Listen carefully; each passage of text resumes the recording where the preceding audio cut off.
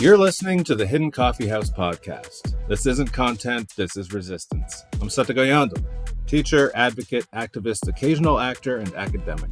I talk land, law, language, and the lies this country's built on. No fillers, no spin, just reality brewed strong. In this episode, we open with a quiet confrontation, a poetic reply to silence. We speak to the systems we're rebuilding, the warriors we still need, and the truths we refuse to bear. This is not remembrance. This is resurgence. Every year, when Remembrance Day comes around, I find myself sitting in silence. Not because I don't care, and not because I have nothing to say, but because I've come to understand how silence reveals the shape of what is missing. I've been in classrooms and auditoriums where people complained that the assembly was too short or that the slideshow wasn't enough. I've heard them talk about sacrifice, honor, and legacy, and then watch them skip right past the names that belong to us. Yes, we have Indigenous Veterans Day, but most of the time there's no ceremony, no recognition. There's no slide, no stage. Just a footnote, if it's mentioned at all. So one year, I laughed. It came out of me before I knew why, and not a laugh from humor, but the kind of laugh you make when something strikes too close, cuts too deep. It's the sound you make when you shape your mouth and make the sound, ha!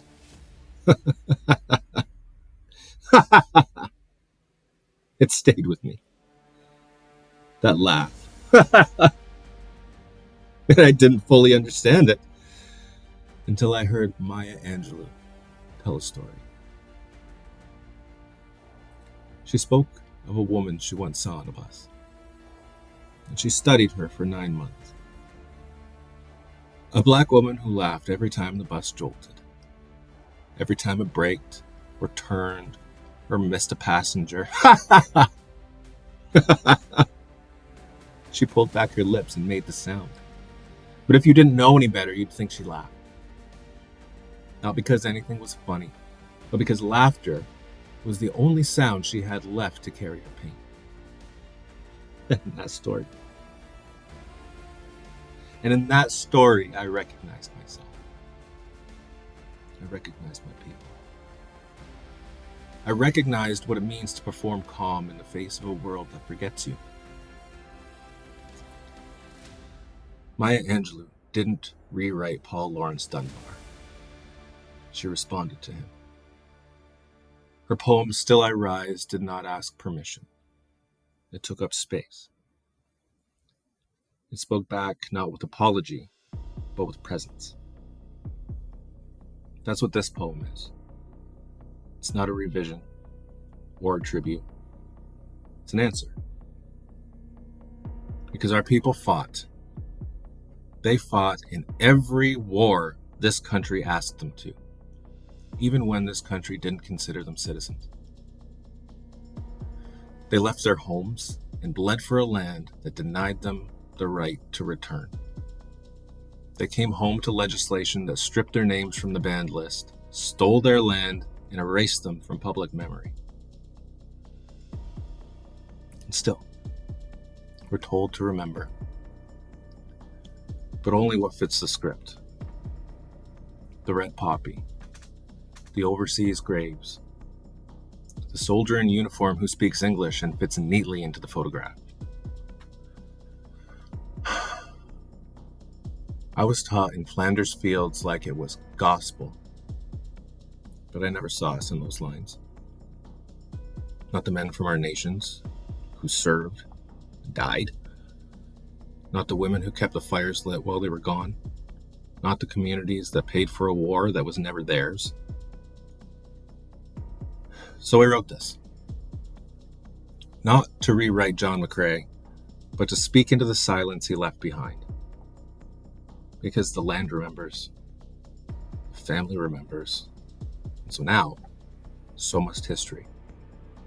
Because once again, As always, we rise.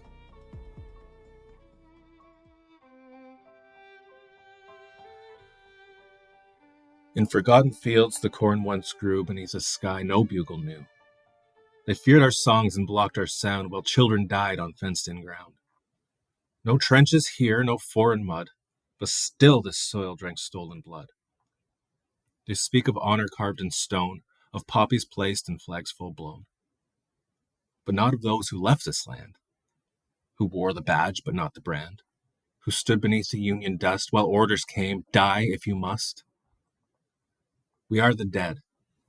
Short days ago we lived in flame, we sang and stirred the ashes same. We walked the bush, we knew this ground, now silence swallows where we're found.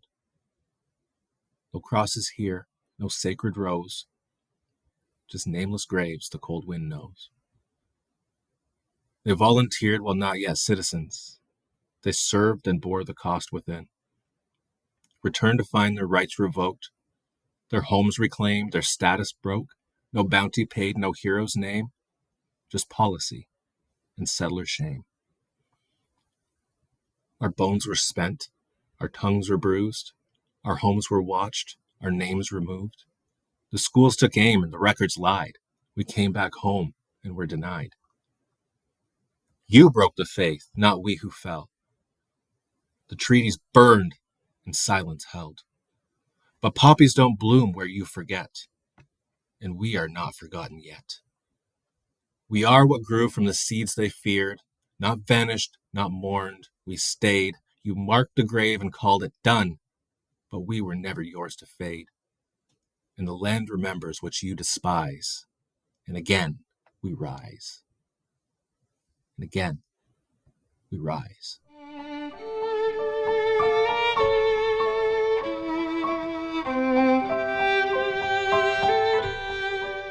That was And Again We Rise. But now, you want to talk governance? Let's talk about what happens when the band office closes and the food bank runs out. Let's talk about what's left when the ceremony ends and the cops are still on your doorstep. Let's talk about what we haven't rebuilt. Because even now, after all the apologies, after all the land acknowledgements, we still don't have a system that protects our people. Not from violence, not from poverty, not from the province, and not from the slow systemic suffocation of our law under someone else's rules. But we do have a blueprint. We've been building it quietly, daily, in gardens and classrooms, in kitchens and circles. And we're at the point now where the next step is not a pilot project. It's pressure. So here it is. Not a platform, not a policy paper, just friggin' truth, some reality. The reality is, justice begins with restoration, not policing. Do you want to stay safe in our communities? Do you want safety in our communities? Then start with the systems we had long before the badge was ever stitched on the uniform. Accountability did not come from a courtroom. It came from relationships, from responsibility. We need fully funded, fully protected, restorative justice programs led by our own people, not under a provincial framework, not as a side project, but as the actual foundation of law in our communities. We need peacekeepers and conflict mediators trained in Indigenous law, at least proficient, if not fluent, in their languages, and accountable to the families and clans they serve. The families and clans they serve. Credentialed through Indigenous institutions. Supported by cultural knowledge, not colonial hierarchy. It's not about reforming cops. It is about returning to a system where justice meant making things right, not just locking things up. Education is not a side project. It's the foundation. Wampum-based education is not about inclusion. It's about governance. We don't teach for marks. We teach for survival. We teach because it keeps the nation alive. Still, they block us. Language teachers told their diplomas are not relevant. Lived knowledge dismissed because it was not rubber stamped by a colonial university. Meanwhile, Settlers teach Indigenous content after a half-day PD and call it equity. If the province actually cared about truth and education, it would start by recognizing the ones already doing the work, the ones already qualified, already teaching, and already building what the system could not. We don't need OCT approval. We need a sovereign Indigenous licensing body, run by our own people, answerable to our governance, not another colonial bottleneck. Enough of asking to be seen. We have been in the room. We're just not waiting anymore. Food is governance. Period. So, do we want to talk sustainability? Start with the people who grew their food in alignment with treaty law, not profit margins. Our school gardens, they're not school projects. They're law. They're intergenerational agreements. Each seed planted is an act of jurisdiction. We need protected land for Indigenous food systems in every region. We need curriculum that ties agriculture, governance, and sovereignty together. We need Indigenous-led food programs that are funded like infrastructure, because that's what they are. When we grow food, we grow law. When we feed each other, we enforce treaty. Food is not culture. Food is structure. The land already knows. The province just hasn't caught up. This is still treaty territory. Still dished with one spoon. Still governed by laws older than Ontario, older than Canada. Every new development, every clear cut, every mining contract signed without us is a violation. And we're done pretending that a plaque or a name change is enough. Environmental justice means Indigenous law first, not just as a voice at the table, but as a structure that governs the table. Greenwashed colonialism is still colonialism, and land acknowledgements mean nothing without land return. So we're not asking, we're reminding. Leadership is not about titles, it's about memory.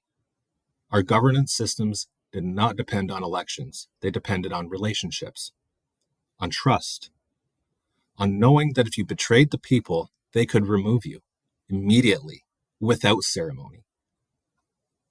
That does not exist in Queen's Park, but maybe it should. Representation does not mean holding a seat. It means holding the truth even when it costs you, even when it burns bridges, even when the system tells you to tone it down. We have had enough tone policing, enough decolonial branding, enough pretending that a few words in a speech mean transformation. If none of them will say it, maybe it's time someone did. This is not a vision statement, it's a roadmap. One that's already being built, piece by piece, land by land, child by child. And the next time someone asks what we want our systems back. We want our laws back. We want our land back. And we want people in charge with the courage to walk in, take the mic, and tell the truth. No filter, no approval, just fucking clarity. Because the people already know what needs to happen. They're just waiting to hear it said.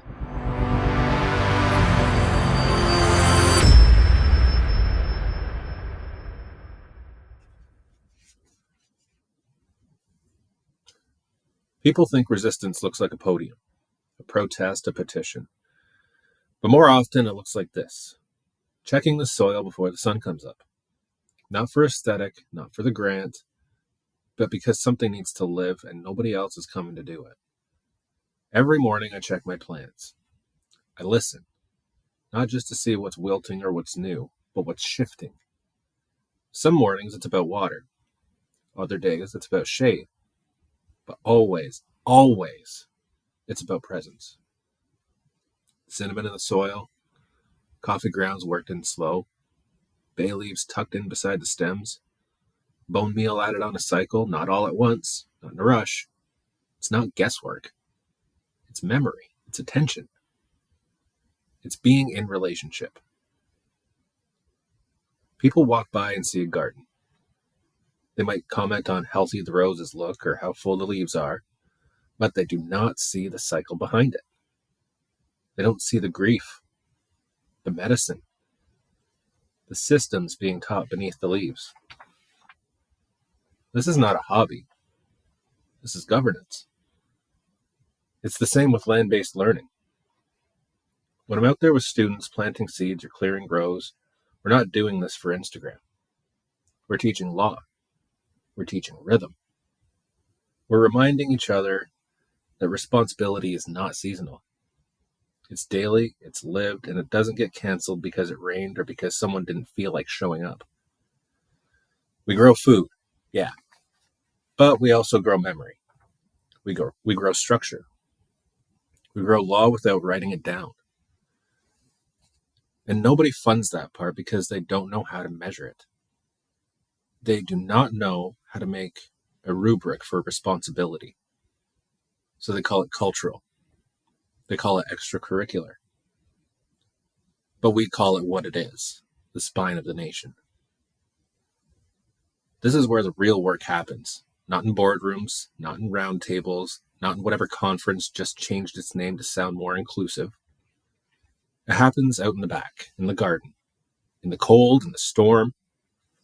When the land teaches patience because the seeds won't sprout any faster than for your deadline, when your compost fails and you have to start over, when the ground teaches humility.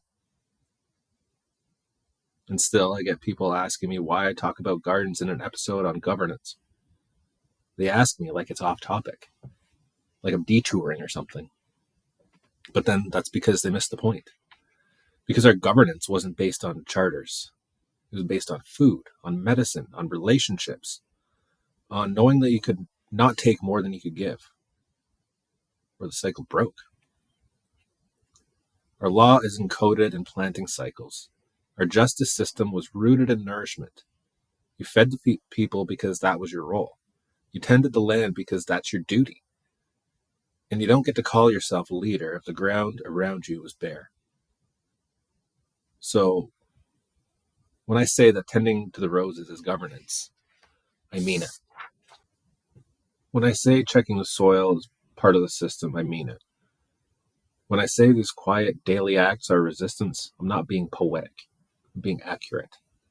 Because every institution they built was meant to remove us from the land. The seeds, from the soil, from the teachings. The school was the opposite of the garden. It said, sit still. Be silent. Learn by erasing what you already knew.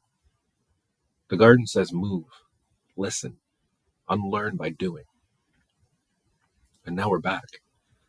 We're not just reclaiming territory. We're reclaiming responsibility. We're reclaiming the right to tend, to feed, to govern from the ground up and not from a desk. I don't need a superintendent to tell me whether my students are learning. I can see it in how they care for a seedling. I can see it in how they care for each other. I can hear it in the way they speak about balance and stewardship. I can feel it in the way they walk the land, knowing it's not theirs, but it is their responsibility. It's all part of the system they said we lost. We didn't lose it. They just paved over it and called it progress. And now we're cutting through the concrete, root by root, truth by truth, not asking, not waiting, just growing. The revolution isn't loud. It's deliberate. It's quiet. It's planted. And it's already happening.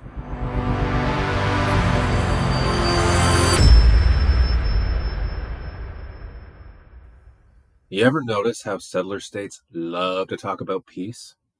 Peacekeeping, peace talks, peace accords. They say the word like it's holy, hoping nobody notices the blood underneath. But nobody weaponizes the language of peace quite like Israel. It takes a special kind of state to call itself the only democracy in the Middle East while bombing children in their sleep and starving civilians trying to line up for food. You can wrap it up in all the branding you want. You can call it counterterrorism. You can call it targeted. You can throw a blue and white filter on it. But when you drop missiles on schools, hospitals, apartment buildings, and marketplaces, that's not defense. That is genocide.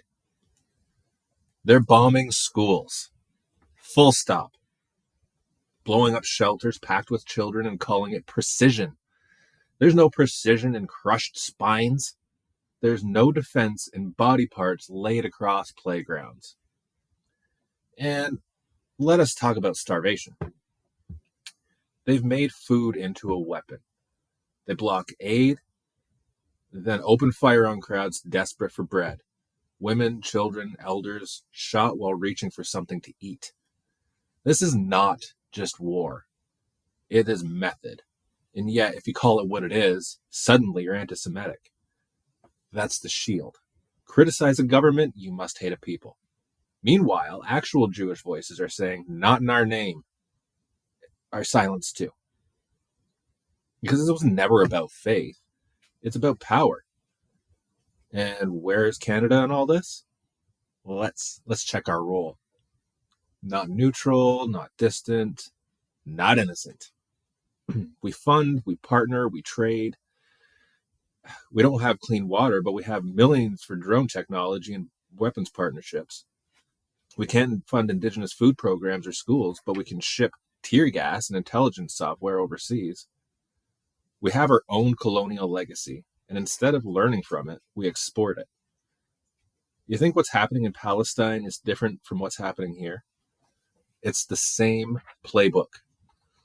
Land theft, starvation, language bans, forced removal, surveillance, fence them in, control the border, make them dependent, break the will.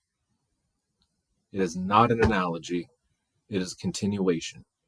And when we speak up, stand up, speak out, we're told stay in our lane. As if our lane is not the one already paved with treaties that are violated, children buried, and nations buried. Let me tell you something. If your country is built on stolen land, you do not get to lecture anyone about law and order. And if you're quiet now, after all the vigils, after all the bombs, after all the pixelated corpses on your feed, then you're never about justice. You're about comfort. But justice is not comfortable. It is not quiet. It doesn't ask for permission. You want to talk about liberation? If your freedom depends on checkpoints, bulldozers, and mass graves, that is not liberation. That is empire. And no amount of hashtags is going to change that. And if you're still saying both sides, you're not confused. You're complicit. This is not a conflict. It's a massacre.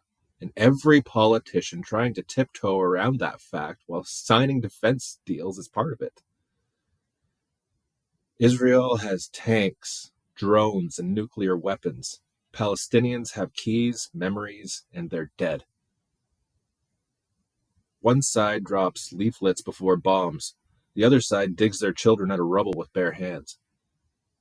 One side gets headlines. The other side get hashtags that vanish in a week. So do not ask me for civility. Do not ask for balance. And do not ask for polite outrage. Because there's nothing polite about murder. Nothing balanced about apartheid. Nothing civil about genocide. And we're not watching this in silence. We're not applauding your defense contracts. We're not swallowing your colonial talking points dressed up as diplomacy. You want peace? Return the fucking land. End the blockade. Stop killing fucking children. And stop expecting us to be quiet about it, because we see you. And we are not the audience you were hoping for.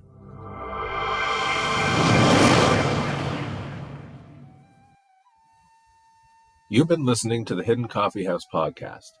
This wasn't content, it was a confrontation. If it made you uncomfortable, then good. That means you heard it. We're not here to inspire polite nods from panels. We're here to say what they refuse to print. To name what they hide behind policy, to remind them that while they polish their land acknowledgements and write the script, the land still knows what happened. And so do we. This episode isn't a tribute, it's a reckoning. A refusal to mourn selectively, to honor selectively, to include selectively. Because when they teach remembrance, they teach obedience. They hand you a poppy and call it history. But then they will not say our names. They will not admit those bones are buried beneath their foundations. They will not own the cost of their own survival. And still, they demand our silence. But we are not quiet. We are not passive. We are not waiting for approval from systems that were never meant to include us. We're building in gardens, in classrooms, in circles, in kitchens, in soil. We're governing through memory, through language, through every child we raise with full knowledge of where they come from. Resurgence is not a metaphor. It's planted, watered, growing right now. So if this episode shook something loose, then good. Sit with it. And then ask yourself, why do they fear this work? Why do they dismiss it, belittle it, ignore it until it becomes undeniable? Because they know what we're growing, and they know what it means. They know that when we say land back, we mean law back. We mean food systems. We mean governance. We mean you no longer get to decide how much of our survival is acceptable by you. We will not be contained in your curriculum. We will not be footnotes in your remembrance. We are the field they forgot, and we're growing anyway. So, plant something, say something, protect something. And when the time comes in, walk in and take it back. Take back what should have never been stolen in the first place. Thanks for listening. Now do something with it.